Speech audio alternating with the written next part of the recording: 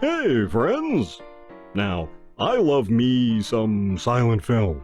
We touched on some in my Halloween videos, but we haven't really talked about them very much on the channel, so I thought I'd go ahead and fix that. When most people think of silent film today, they think of Keystone Cops and super hammy acting and all that. But the truth is, silent film was very sophisticated, much more than we credit it with today. And even if you don't like silent film, you've gotta admit, they're still better than Cats 2019 or The Eternals.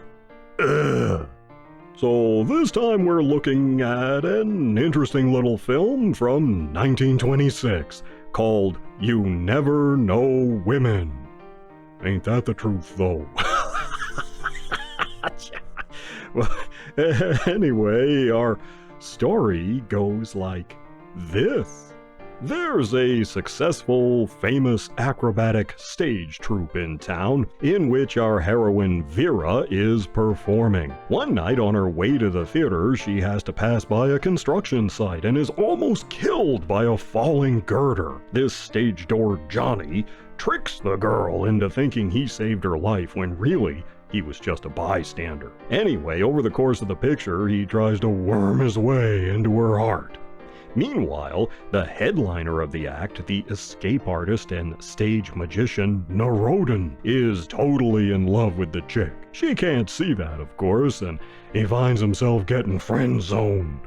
Now he has a broken heart and is doing the boo-hoo samba just before a big public stunt where he's supposed to pull off an underwater escape of the sort Harry Houdini used to do. But now his mind isn't on the escape, since he's distracted by his broken heart. Will Vera see the light in time?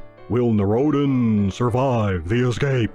Will this goose crap all over the floor? Man, I like this one. The costumes are great, aren't they? I mean, just look at those outfits. The water tank escape we see enacted on stage is very much like Harry Houdini's famous act, even with someone standing by ready to smash the glass.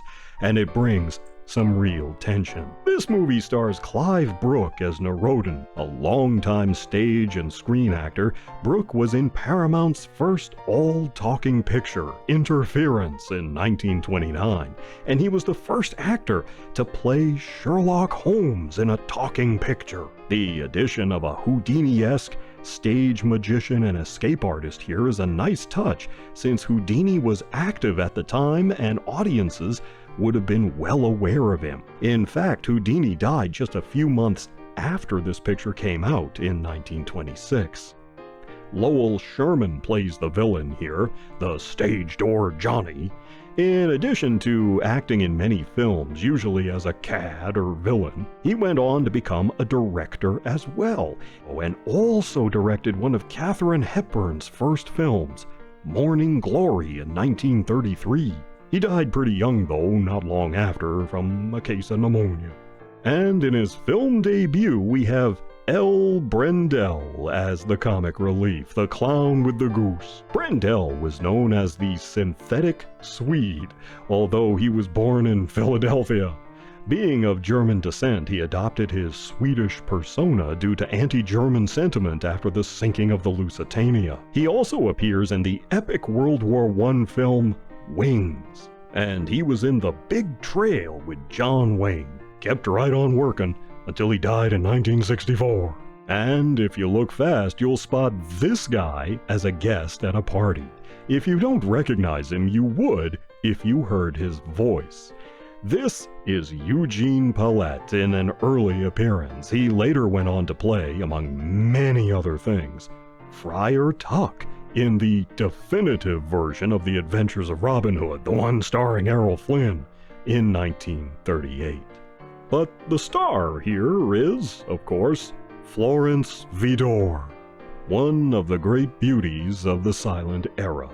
As her name suggests, she was married to the great film director King Vidor, though they divorced in 1924.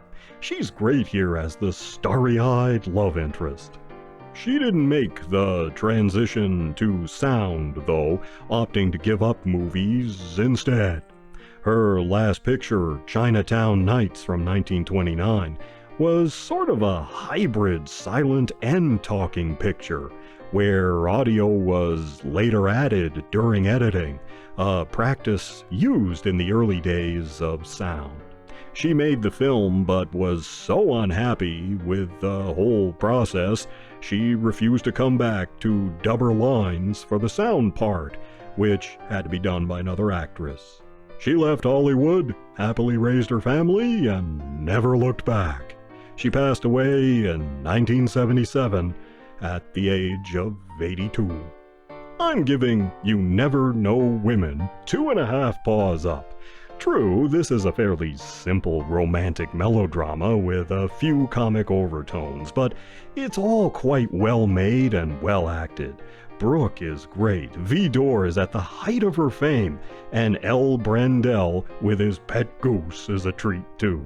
Like many films from the silent era, this film was thought to have been lost until a print turned up at the Library of Congress in 2001.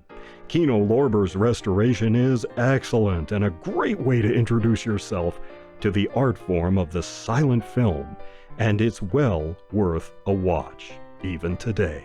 You take care of yourselves, and I'll see you in the next one.